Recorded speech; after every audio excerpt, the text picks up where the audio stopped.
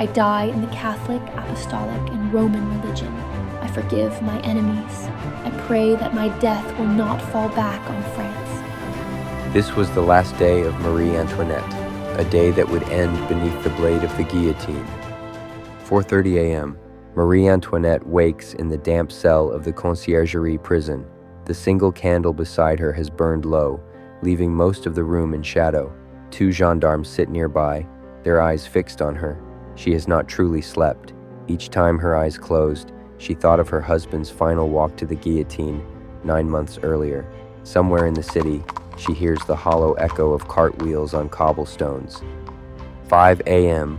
Abbe Edgeworth, her confessor, is allowed into the cell. They kneel together on the cold stone floor. Their voices are low, intimate, prayers for her soul, her children, her sister-in-law.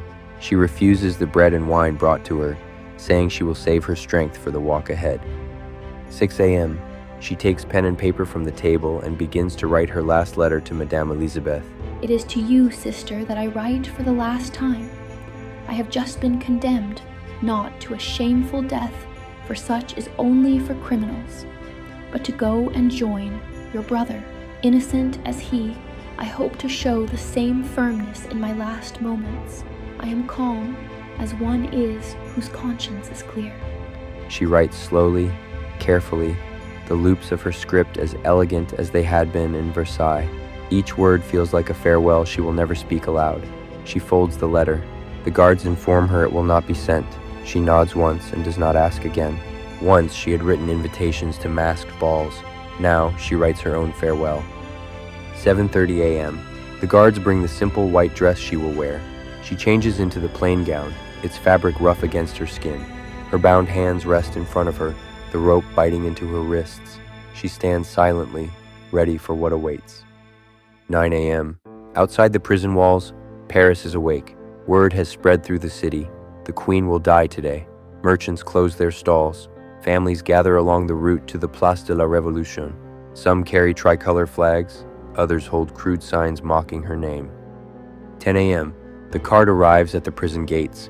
It is the same that carries thieves and murderers. She is led outside, her feet touching the wet cobblestones. The crowd at the gates shouts insults, spitting as she passes. She steps into the cart without hesitation, her bound hands resting in her lap. The driver takes his seat. The soldiers form a ring around her, and the cart begins to move. 10:05 a.m. The ride is slow, each turn of the wheel echoing in her bones. The autumn air is sharp. As they pass, people lean from windows, calling out, "Death to the Austrian," and "Vive la République." Some laugh, others glare in silence. She keeps her gaze fixed forward. Once they had cheered her name in the gardens of Versailles. Now, they spit it into the mud. 10:30 a.m. Crossing the Pont au Change, she sees the Seine below, a gray ribbon. The wind lifts the edge of her gown. For a moment, the shouts of the crowd seem far away, replaced by the faint rush of the river. She clings to that sound, wishing it could carry her away from this day. 11 a.m. The streets grow narrower, the crowd denser. Children are lifted onto shoulders to see her pass. Drummers beat a slow, steady rhythm. The sound carries ahead of the cart, announcing her approach before she arrives. 11:30 a.m. The cart enters the Place de la Révolution. The guillotine rises from the center of the square. The smell of damp wood and sweat fills the air. Tens of thousands press forward, their voices a wall of sound. 11:45 a.m. The cart stops. Soldiers step forward to clear a path to the scaffold. She descends with the same poise she carried into the halls of Versailles, her head held high. The roar of the crowd softens to a low, expectant murmur. 11:50 a.m. She begins to climb the wooden steps, each one heavier, as if leading her back to Louis, to peace. Halfway up, she stumbles, placing her foot on the executioner's shoe. "Pardon me, sir. I meant not to do it," she says, her last recorded words. 12:15 p.m. The executioner positions her beneath the blade. The drums roll, drowning out the murmur of the crowd. The rope is pulled. The blade falls. Marie Antoinette is dead. Her body is placed in a plain coffin and taken to the Madeleine cemetery.